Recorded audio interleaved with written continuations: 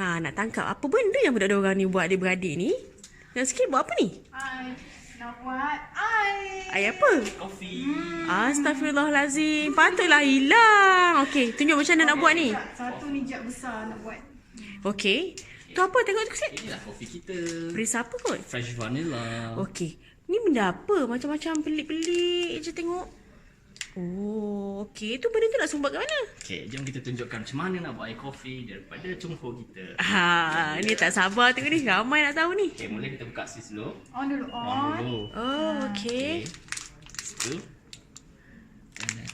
Oh, dia memang sebiji dia dalam paket macam ni. Kenapa? Ui, Fresh. bau dia sedap. Oh, kapsul. Okey, lepas tu kita buka. Letak macam ni. Okey. Bestnya bau. Kenapa tak masuk dalam video bau dia? Tak aci. Okey. Lepas tu tekan. Nak pilih mana satu? Gelas tak letak. Sabar dulu. Oh, Ini kena, letak dulu. boleh. Espresso. Okey. Allah, tak kamu muat lah. pula. Okey, kejap.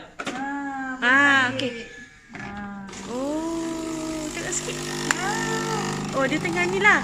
Tu tengah keluar tu.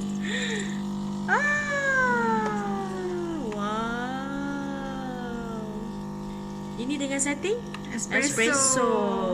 Siapa biasa minum espresso dekat Starbucks tu? Inilah dia. Syoknya. Bestnya. Tak sabar ni. Dia siap bagi ni lagi. Americano recipe. Macam mana je, macam mana. Dah berhenti dah siap. Belum lagi, tambah air tu. Oh, so dia terus buat untuk kita lah ni. Ni siap untuk minum. Iya, tapi ini untuk satu cawan saja. Kemudian kita ada kemudahan untuk tambahkan ais. Ais? Ais dekat mesin ni juga? Iya. Dah kenapa semua satu mesin? Subhanallah. Banyaknya. Wah. Okey, dah tambah ais. Dia tambah air sejuk pula. Air sejuk pun ada. Berapa suhu ada ni? Banyaknya. Berapa suhu? Hot. Warm. Hot, Okey, cold. kita tekan saja.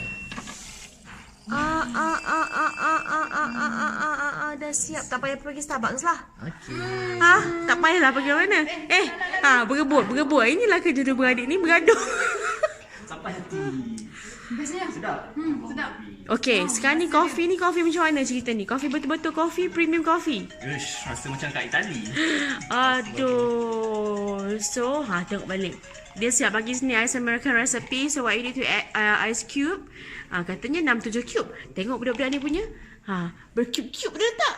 Macam tu lah. Add cold water. Tu tadi. So, yang ini kapsul yang telah digunakan. So, setiap kapsul tu serve 1 cup of coffee or as you like how to use it.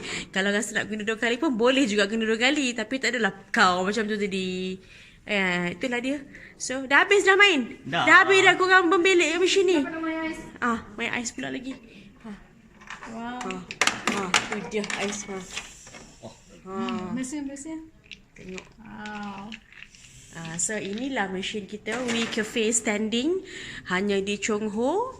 Boleh dapat, tak payahlah nak beli segebuk sedebak terus letak harga beribu-ribu.